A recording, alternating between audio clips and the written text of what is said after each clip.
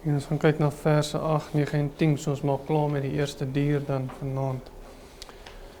13 verse 8, 9 en 10, en het lees ons so: En al die bewoners van die aarde sal hom aanbid, almal wie se name nie van die grondlegging van die wêreld af in die boek van die lewe van die lam wat geslag is geskrywe is nie. As iemand 'n oor het, laat hom hoor. As iemand krygsgevangenes maak, gaan hy in krygsgevangenskap. As iemand met die swaard doodmaak, moet hy met die swaard doodgemaak word. Hier is die lydsaamheid en die geloof van die heiliges. Eerstens vers 8, waar ons sien dat daar staan: en al die bewoners van die aarde sal hom aanbid. En die bewoners van die aarde, of indien ons dit meer letterlik wil vertaal, en almal wat op die land woon, sal hom aanbid. As ons meer letterlik wil raak, almal wat op die land woon, sal hom aanbid. En die wat op die land woon, soos ons al 'n paar keer gewys het, is 'n verwysing na die afvallige Jodendom.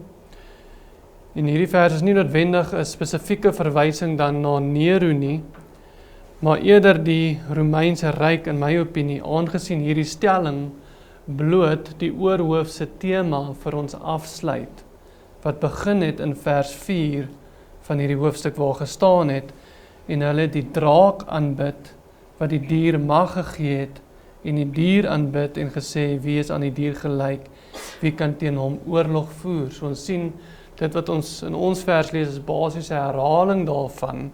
Hulle die dier aanbid en die draak aanbid. So hierdie gedeelte is waarskynlik net daarso om dit wat begin het in vers 4 af te sluit dan. So om die oorhoofse tema dan af te sluit. So dit is waarskynlik dat die dier in sy geheel, menende die Romeinse ryk, weer hier in gedagte gebring word. En dit vorm dan bloot deel van die inclusio, soos ons al gepraat het van inclusios, baie keer sien jy aan die begin van 'n tema ietsie en dan aan die einde van die tema weer presies dieselfde ding, om die begin en die einde van daai spesifieke tema of paragraaf dan aan te dui. So dis waarskynlik wat ons hierso dan nou ook sien, dis maar net weer 'n aanduiding van die afsluiting van dit wat begin het in vers 4 dan nou. En dit word dan nou hier afgesluit. En soos in vers 4 bewys, die afvallige Jode was wel aanhangers van die Romeinse ryk en het hulle loyaliteit teenoor die keisers bewys toe hulle gesê het, ons het geen koning behalwe die keiser nie en hulle moet vir Jesus kruisig. So daar het ons al klaar gesien dat hulle ag die keiser, die Romeinse ryk, hoër as vir Christus self. Daar het ons klaar bewys dat die bewoners van die land die Romeinse ryk aanbid. Hulle ag die Romeinse ryk en die keisers hoër as Christus self. Soos ons gesien het in Johannes 11 vers 48, 19 vers 15, Lukas 23 vers 2, Handelinge 17 vers 6 tot 7. Al daai verse dui op die feit dat hulle die Romeinse ryk en die keisers hoër geag het as die Here self.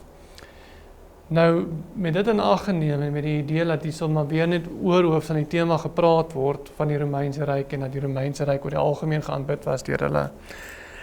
Dit moet wel gesê word, en alhoewel ek glo dat hierdie vers hoofsaaklik verwys na die groter konteks van die Romeinse ryk, ooreenkomstig met vers 4, eerder as na 'n spesifieke keiser gedurende hierdie dan nou 3,5 jaar, dat keiser Nero, nadat 'n 3/4 van Rome dan nou afgebrand het, hy basies al die staatskoffers gebruik het, nie om Rome te herbou nie, maar eerder 'n weelderige landskapskompleks van om en by 50 hektaar groot. So hy het 'n hele kompleks ding gebou, 50 hektaar groot van strukture, met die staatskoffers, eerder as om Rome te herbou. En in die middel van hierdie 50 hektaar, wat dan nou bekend staan as die Domus Aurea, of althans die goue huis, soos hulle dit noem, in die middel van hierdie 50 hektaar, waarvoor hy die staatskoffers leeggetap het, het hy 'n massiewe standbeeld van plus minus 35 of 36 meter hoog van homself laat oprig. Dis wat hy gedoen het.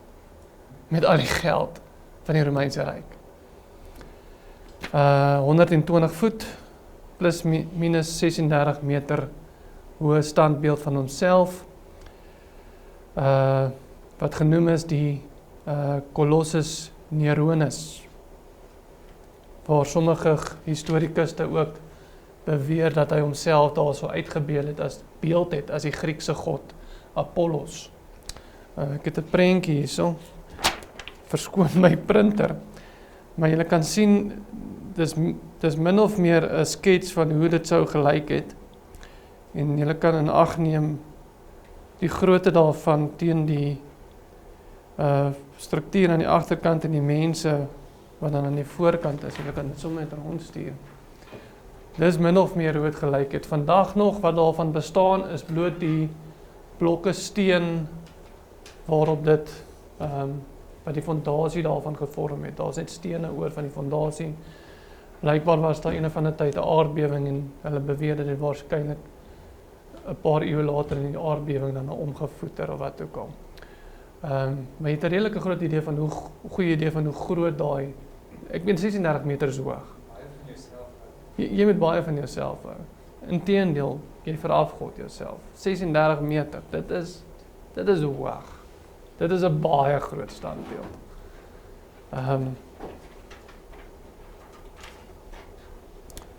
So ongeag die bewoners van die land, soos ons voorheen bewys het die Romeinse Ryk en die keisers hoër geag as die Here self. En so het hulle die Romeinse Ryk en die keisers dan 'n voorwerp van aanbidding gemaak, eerder as om Christus te aanvaar as hulle Messias en as God. Verder sien ons, die mense wat hom aanbid het, is die mense wie se name nie in die boek van die lewe geskrywe is nie. In vers 4 het ons gesien wie die hulle is, van wie daar gesê word, en hulle het die draak aanbid, wat die dier mag gegee het, en die dier aanbid. En die hulle, waarvan daar gepraat was 'n spesifieke verwysing na die hele land, of die wêreld soos ons vertaling het sê. Daai hulle, wat die dier aanbid het, is 'n verwysing na die land, waarvan ons dan ook gelees het in vers 3, en die land is natuurlik die afvallige Jode. So die hele land is 'n verwysing na die afvallige Jode, en in ons spesifieke vers dan word hierdie hulle, of althans die hele land dan nou, wat na dieselfde groep afvallige Jode verwys, weer op 'n ander manier gedefinieer, naamlik almal wie se name nie van die grondlegging van die wêreld af in die boek van die lewe van die lam wat geslag is geskrywe is nie. So hierdie hulle word eintlik op 3 maniere beskrywe. Dit is hulle wat die dier aanbid, soos ons lees in hoofstuk 4. Hierdie hulle is die wat op die land woon, dit is die ander manier hoe hulle beskryf word. Hulle is of die hulle wat aanbid, of hulle is die wat op die land woon, of, en dit is dieselfde groep mense waarvan daar gepraat word, al 3 is 'n verwysing na dieselfde groep mense, of hulle is die wie se name nie in die boek van die lam geskrywe is nie. Al 3 beskrywings dan nou verwys na dieselfde groep mense toe. Nou, daar was wel 'n groep Jode wie se name wel in die boek van die lewe geskryf was. En hierdie groep staan bekend oor die algemeen in die Ou en die Nuwe Testament as die oorblyfsel. En julle sal onthou, ons het in ons inleiding tot Openbaring het ons gepraat van hierdie oorblyfsel. Maar dis die oorblyfsel wie se name wel in die boek van die lewe geskryf is. Ons lees al van hierdie oorblyfsel in Genesis 45 vers 7, waar Josef vir sy broer sê, maar God het my voor julle uitgestuur om vir julle 'n oorblyfsel op die aarde te verseker, en om julle in die lewe te hou tot 'n groot verlossing. En daar sien ons die oorblyfsel het 'n direkte verwantskap met verlossing en die redding van die Joodse volk dan nou, of Israel dan nou altans. Hierdie oorblyfsel van die Jode, wie se name wel in die boek van die lewe geskrywe staan, sou onder die nuwe verbond ook gedien het as 'n seën vir die nasies. Die oorblyfsel sou dien as 'n seën vir die nasies. Die uitverkore Jode sou gedien het as 'n seën vir die nasies. En so sou die evangelie vanaf die ware uitverkore Jode gaan na die heidene, soos daar geprofeteer word deur Sagaria 8 vers 11 tot 13, maar staan, maar nou sal ek vir die oorblyfsel van hierdie volk nie wees soos in vroeër dae nie, besef dat dit is nie die hele volk nie, dis die oorblyfsel van die volk, waarvan hier geprofeteer word. Maar nou sal ek vir die oorblyfsel van hierdie volk nie wees soos in vroeër dae nie, spreek die Here van die leerskare, want die saad van vrede, die wingerdstok, sal sy vrug gee en die aarde sy opbrengs lewer, en die hemel sal sy dou skenk, en die oorblyfsel van hierdie volk sal ek al hierdie dinge laat beerwe. En soos julle 'n vloek gewees het onder die nasies, o huis van Juda en huis van Israel, so sal ek julle verlos, dat julle 'n seën kan wees. Weet jy kom of daai ding rekord. Weet jy kom ek nou eers skielik twyfel nie. So dis die oorblyfsel wat die Here sou gebruik het om 'n seën tot die nasies te wees, nie die hele Israel nie. Dis die oorblyfsel van wie daar gepraat word in Sagaria. En Paulus gedurende die eerste eeu praat van hierdie einste oorblyfsel. Paulus praat van hulle onder die Jode, waar hy sê in Romeine 11 vers 5, net so is daar dan ook in die teenwoordige tyd, nie ons teenwoordige tyd, die Paulus se teenwoordige tyd. Net so is daar ook in die teenwoordige tyd 'n oorblyfsel ooreenkomstig die verkiesing van die genade. Hy erken daar's 'n oorblyfsel van Jode ooreenkomstig die uitverkiesing en hy praat van die Jode wat in daai tyd gered was. Met ander woorde, hierdie is die Jode wie se name in die boek van die lewe geskrywe staan. Dis 'n oorblyfsel. Hulle word afgesonder van die Jode wat nie deel is van die oorblyfsel nie.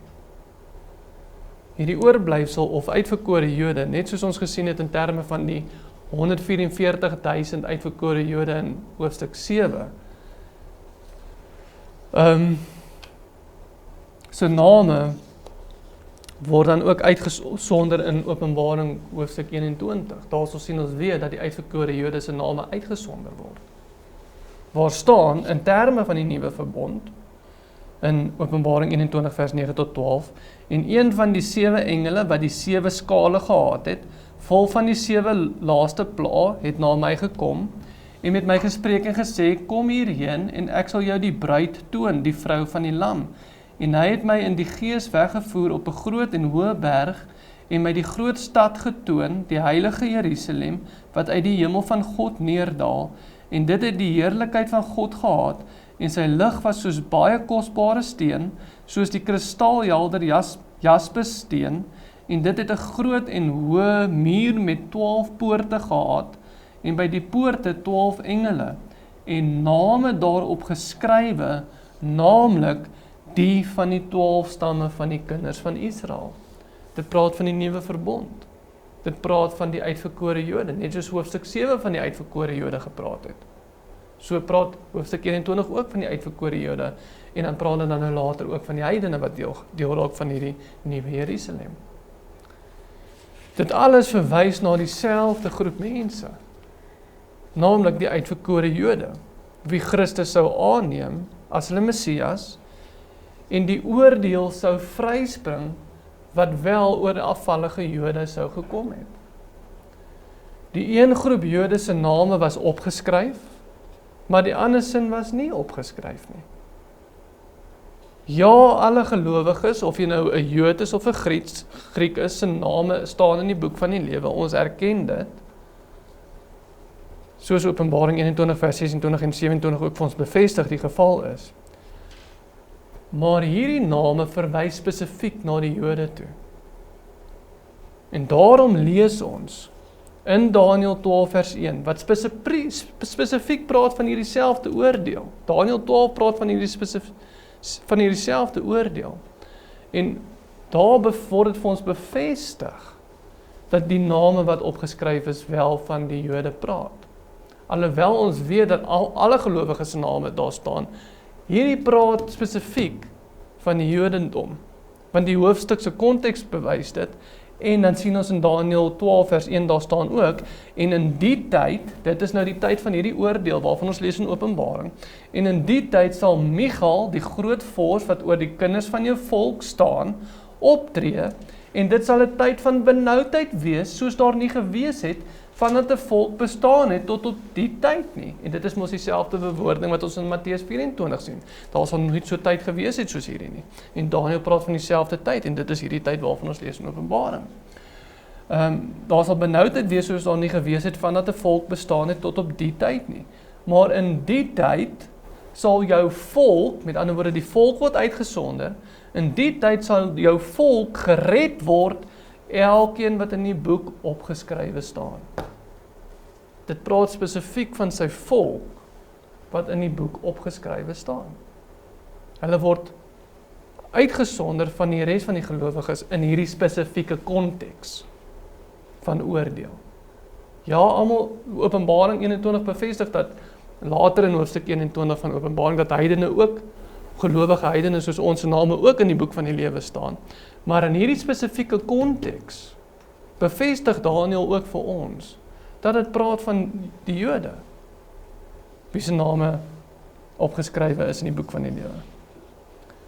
Hierdie teks in Daniël praat nie van elke gelowige nie, maar spesifiek van die uitverkore Jode, die volk, soos hy dit noem, gedurende hierdie spesifieke periode van tyd, van oordeel, wie se name wel in die boek van die lewe staan. Die bewoners van die land, wie se name nie van die grondlegging van die wêreld in die boek van die lewe staan nie, staan dus direk in kontras met dit wat ons lees in Daniël.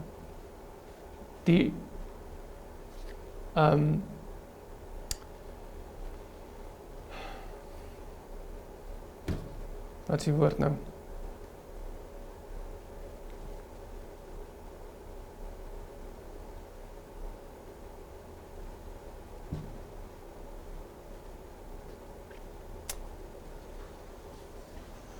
Die oorblyfsel. Ek kan nooit daai woord onthou nie. Die oorblyfsel se name is in die boek geskryf.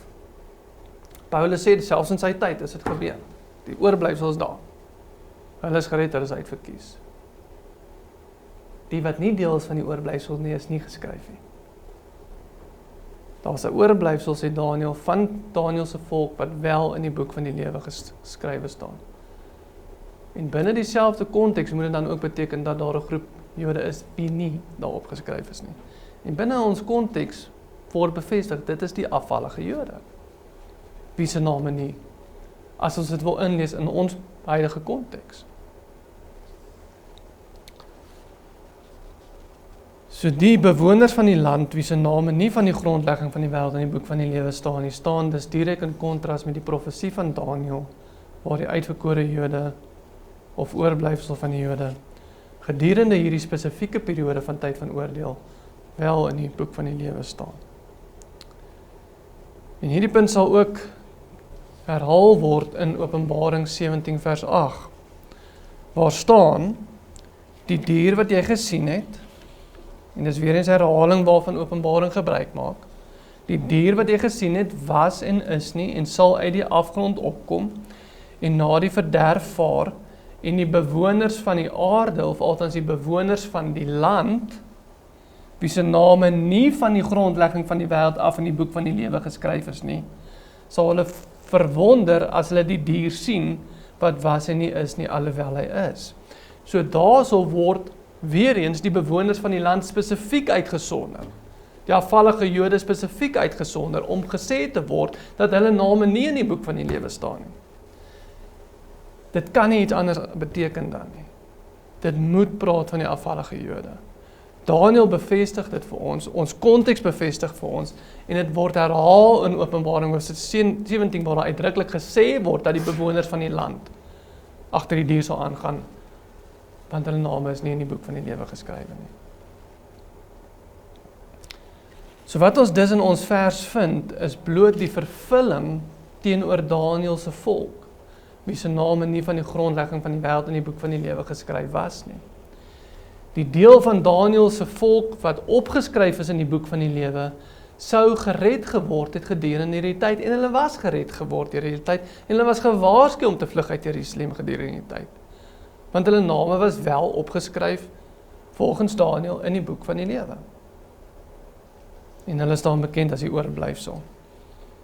En die deel wat nie opgeskryf is nie, is die einste deel waarvan ons dan nou in ons teks lees. Vers 9 sê dan, as iemand 'n oor het, laat hom hoor. Nou hierdie sal die laaste keer in die Nuwe Testament wees wat hierdie frase voorkom. Hierdie frase het voorgekom ten opsigte van al 7 gemeentes in hoofstuk 2 en 3 van Openbaring. Hoofstuk 2 vers 7, 11, 17, 28 en dan in hoofstuk 3 vers 6, 13 en 22. Elke keer ten opsigte van die gemeentes aan wie Johannes geskrywe het. En daardie 7 verse het dit meer spesifiek gesê, of die frase het so gelei by elkeen, wie 'n oor het, laat hom hoor, en dan was daar 'n ekstra deeltjie by, laat hom hoor wat die Gees aan die gemeente sê.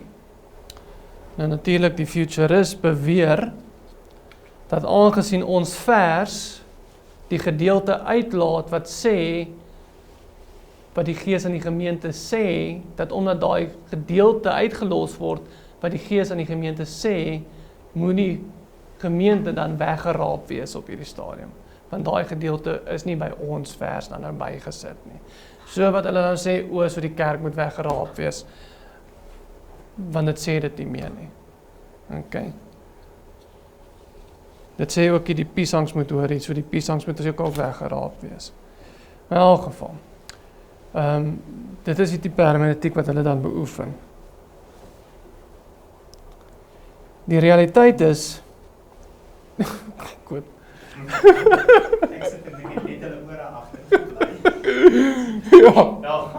Dis net ore wat. Ja, die realiteit is, hierdie spesifieke frase word spesifiek ook gerig op die uitverkore Jode, die wat ore het om te hoor. Dit word spesifiek gerig op die uitverkore Jode, wie se name volgens Daniël wel opgeskryf is in die boek van die lewe. Hulle is die enes wat ore het. Hulle is die enes wat moet hoor. Dit word ook verder bevestig deur die feit dat daar juis geprofeteer was dat die Jode wat afvallig was nie sal kan hoor nie. Dit word nie van enige ander volk gesê nie. Die enigste profesie waarvan ons lees wie se ore toegestop word in die Nuwe Testament en wat deur Jesus gesê word, wie se ore nie kan hoor nie, is die Jode wie nie uitverkies is nie. Hulle word uitgesonder dat hulle nie gaan hoor nie. Paulus sê ook in Romeine 11 vers 7 tot 10, wat Israel soek, dit het hy nie verkry nie, maar die uitverkorenes het dit verkry, en die ander is verhard. Soos geskrywe is, God het hulle gegee 'n gees van diepe slaap, oë om nie te sien nie, en ore om nie te hoor nie. Die oorblyfsel het gehoor, maar die ander is verhard. En die Here het vir hulle gegee, dat hulle ore nie sal hoor nie. Wat beteken, dat as ons skrif sê, die wat ore het moet hoor, beteken dit praat met die Jode wat wel ore het om te hoor. Die Jode wie se ore nie toegestop is volgens wat Jesus gesê het nie. Dit praat van die Jode wie se name in die boek van die lewe staan. Hulle is die enes wat nog ore het wat kan hoor.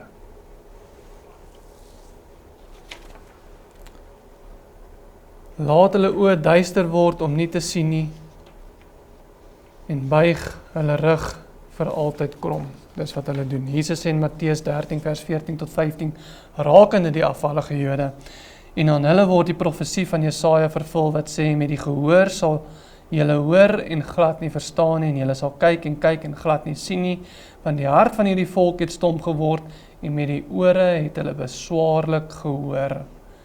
En hulle oë het hulle toegesluit, sodat hulle nie miskien met die oë sou sien, en met die ore hoor, en met die hart verstaan, en hulle bekeer en ek hulle genees nie. Hulle ore is juist toegestop, sodat hulle nie kan bekeer nie, want die oordeel moes oor hulle kom as gevolg van hulle afvalligheid. Hulle ore was toegestop, maar nie die uitverkore Jode se ore nie. Die oorblyfsel se ore was nog oop. Dis hulle wat moet hoor. Dis die verwysing waarvan ons lees na ore in die Nuwe Testament. Die afvallige Jode kon nie hoor nie, dit is hulle wie se ore deur die Here toegestop is, juist sodat hulle nie sou bekeer nie. Dit is ook hulle wat die dier sou aanbid. Maar die volk wat wel opgeskryf was in die boek van die lewe, volgens Daniël se profesie, en soos ons sien met Jesus se disippels in kontras hiermee, sou weer hoor. En Jesus se disippels het gehoor. en die 3000 en die 5000 wat gered was in die begin van Handelinge, daai Jode, hulle het gehoor, want hulle was deel van die, wat is die woord? Die oorblyfsel. Hulle was deel van die oorblyfsel. Verder meer, indien die kerk klaar weggeraap is, wie bly oor om te hoor?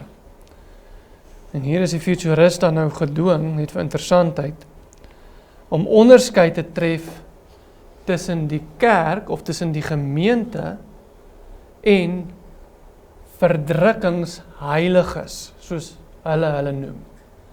Hulle tref onderskeid tussen die gemeente en wat hulle noem verdrukkingsheiliges. Dis twee verskillende groepe mense. So die verdrukkingsheiliges is die wat gered geraak het nadat die kerk weggeraap het binne daai 7 jaar periode. Hulle is die verdrukkingsheiliges en hulle is die enes wat moet hoor volgens die futurist. En dis die verdrukkingsheiliges, nie die kerk met wie hierso gepraat word nie. Dis die verdrukkingsheiliges. Dis 'n ander groep mense. Weereens hierdie konsep kom nêrens in die Bybel voor of word hierdie woord geondersteun nie. Daar ons lees hier van verdrukkingsheiliges wat apart staan van die gemeente nie. Ek weet jy is van jou sinne beroof man. Vers 10, as iemand krygsgevangenes maak, gaan hy in krygsgevangenskap. As iemand met die swaard doodmaak, moet hy met die swaard doodgemaak word. Hier is die lydsaamheid en die geloof van die heiliges. Byna 'n vreemde vers om hier in te gooi, maar julle sal sien, dit maak eintlik perfekte sin.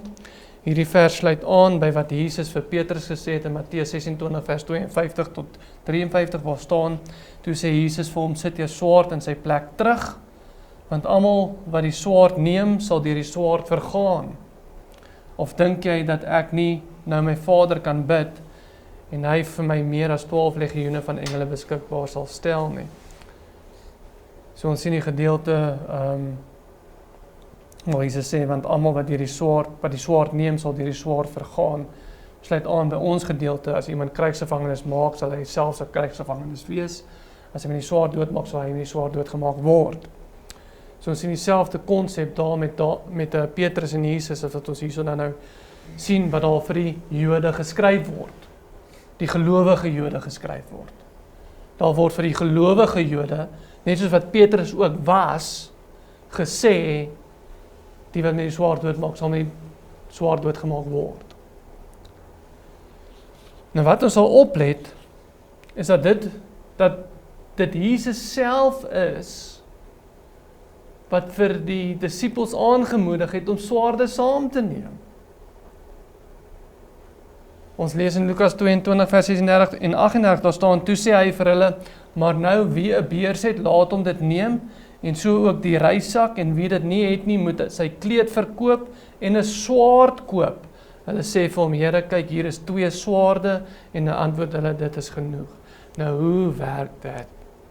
Die Here is dan nie iemand vir hulle gesê het om 'n swaard saam te vat, dan sê die Here dan op die ander plek, die wat met die swaard aanval, sal deur die swaard sterf. Hoe maak dit sin? So hoe is dit dan dat Jesus pro-wapens is, maar terselfdertyd dan teen wapens is? En dan ook in hierdie vers van ons vandag. En die rede is, Jesus is pro-selfverdediging. Maar, hy is teen enige optrede wat teenstrydig is met sy profetiese woord. Hy is teen enige optrede wat teenstrydig is met profesie wat tot vervulling moet kom. Daar was geprofeteer oor Christus se gevangenskap en oor sy kruisiging. Hy het vir hulle gesê, ons moet na Jerusalem toe gaan, sodat die seun van die mens opgelewer kan word. Dit was 'n profesie, nie net deur Jesus self aan sy disippels nie, in die Ou Testament ook. Dit moes gebeur, dit was verordeneer deur God om te gebeur. Beide in die Ou Testament sowel as deur Jesus self. Indien die disippels teen Judas Iskariot en die manne wat saam met hom gekom het, sou hulle veg teen dit wat God verordeneer het om te gebeur. Hulle sou geveg het teen die vervulling van profesie. Hulle sou geveg het teen God self. Want dis God se plan. En hy het gesê dit moet gebeur. En hy het geprofeteer. En dit was voor die tyd gesê dat dit moet gebeur. So as hulle 'n swaard sou getrek het daar en geveg het, sou hulle opgetree het teen God se plan self, aka teen God self. En teen dit wat hy sou, of verordeneer en geprofeteer het om te gebeur. Alle gelowiges mag hulle self beskerm.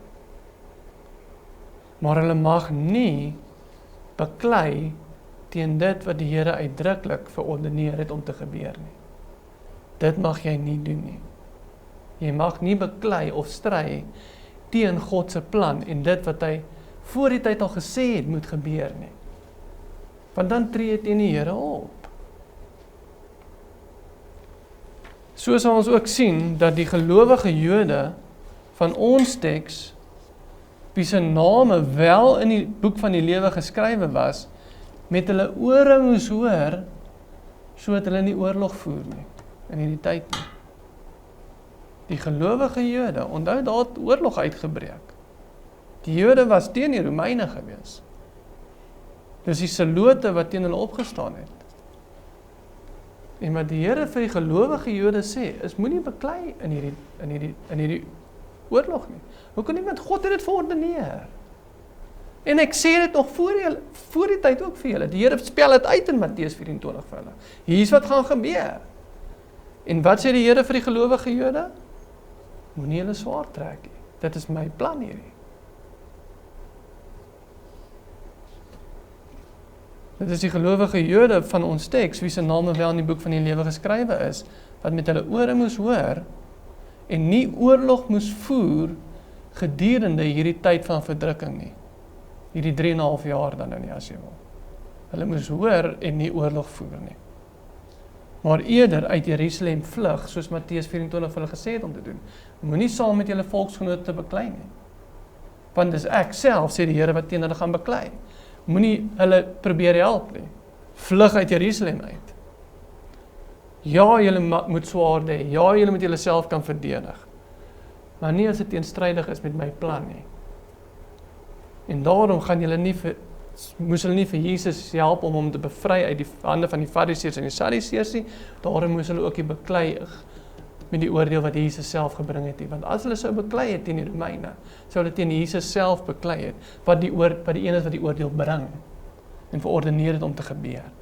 So as jy oor het om te hoor, as jou naam in die boek van die lewe geskryf is, as jy deel is van die oorblyfsel, moenie 'n swaard trek nie, want dan sal jy deur die swaard sterf. Moenie krygsgevangene neem nie, anders sal jy 'n krygsgevangene raak. Vlug eerder uit Jerusalem uit, as jy oor het om te hoor. Verder meer lees ons in Lukas 21 vers 24, Jesus sê, en hulle sal deur die skerpte van die swaard val, en as krygsgevangenes geneem word, hy praat van die afvallige Jode, hulle sal deur die swaard val en as krygsgevangene geneem word, na al die nasies, en Jerusalem sal vertrap word deur die nasies, totdat die tye van die nasies vervul is. En dis dieselfde bewoording wat ons in ons teks kry. Die krygsgevangene, hulle sal in krygsgevangenskap gaan. Hulle sal deur die swaard sterf. Los hulle, laat hulle doen. So Jesus is besig om hier te praat van die afvallige Jode, wat wel deur die skerpte van die swaard moes val. En indien die gelowige Jode hulle swaard sou opneem, om dit te probeer verhoed, sou hulle teenstrydig opgetree het met dit wat die Here verordeneer het om te gebeur. Daarom sê die Here vir die gelowige Jode, wie se ore nie deur hom toegestop is nie, dat hulle moet hoor en ag gee, dat hulle nie in hierdie oorlog betrokke raak namens hulle volksgenote nie, want as jy 'n swaard gaan trek, dan sal jy deur die swaard val. Want soos ons teks hulle waarsku, as iemand krygsgevangene maak, gaan hy in krygsgevangenskap, as iemand met die swaard doodmaak, moet hy met die swaard doodgemaak word. Hier is die lydsaamheid en die geloof van die heiliges. Die lydsaamheid het dan juist te pas gekom in die feit dat hulle eerder die oordeel moes uitwag. Hulle moes nie betrokke raak in die oorlog nie. Dit is die lydsaamheid wat hier van pas kom. Wag het uit. Vlug. Moenie 'n volksgenote probeer help nie. As jy gelowig is en jy het 'n oor, kom uit. Wees lydsaam, wees geduldig. Laat hulle Jerusalem verwoes. Want dit is die Here wat die swaard bring. En as jy die swaard gaan trek, dan beklei jy teen die Here self. Hier is die lydsaamheid en die geloof van die heiliges. En die lydsaamheid het dan nou juist hier van pas gekom. Dat hulle die oordeel moes uitwag, eerder as om daarin betrokke te raak. Jesus sê Matteus 10 vers 34, moenie dink dat ek gekom het om vrede op die aarde te bring nie. Ek het nie gekom om vrede te bring nie, maar die swaard. Wat dus beteken, dat indien die gelowige Jode wel die swaard sou trek gedurende die oordeel, hulle die swaard sou trek teen Christus self, want Christus sê, hy het nie gekom om vrede te bring, hy het gebring om die swaard, hy het gekom om die swaard te bring. En as hy die een is wat die swaard bring, moenie 'n swaard trek teen hom nie, want is hy wat dit bring. En dit is waar die lydsaamheid van die gelowiges van te pas gekom het. Hulle moes geduldig wees, hulle moes vlug, hulle moes hulle ore gebreid, want die afvallige Jode se ore was toegestop, volgens die woord self.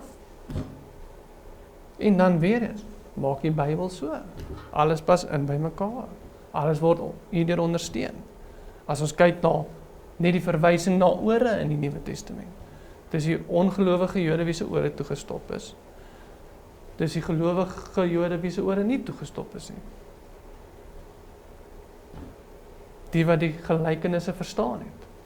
Die Jode wat die gelykenisse verstaan het. Dis hoekom Jesus die gelykenisse gepraat het. So die wie se ore toegestop is, dit nie kan verstaan.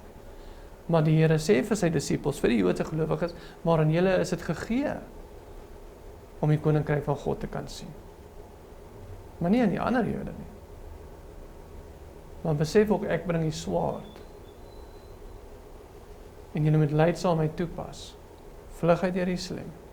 Want ek is iemand die swaard bring. Wees geduldig en dat hulle doodgemaak word. Want ek het nie gekom om vrede te bring nie, maar 'n swaard. En dit is ons gedeelte. Maak dit sin? Nie nog 'n vraag? Laat ek dan vir ons afsluit. Here, ons dankie vir die woord en die waarheid en ons dankie dat ons kan weet dat U is in beheer. Dankie Here dat ons ook die woord kan hê, dat ons kan weet dat U is getrou in die woord. Here, U beskerm U kinders, U waarsku ons ook, U los ons nie sonder wysheid nie, maar U woord is waarheid en dit is trou en dit is betroubaar.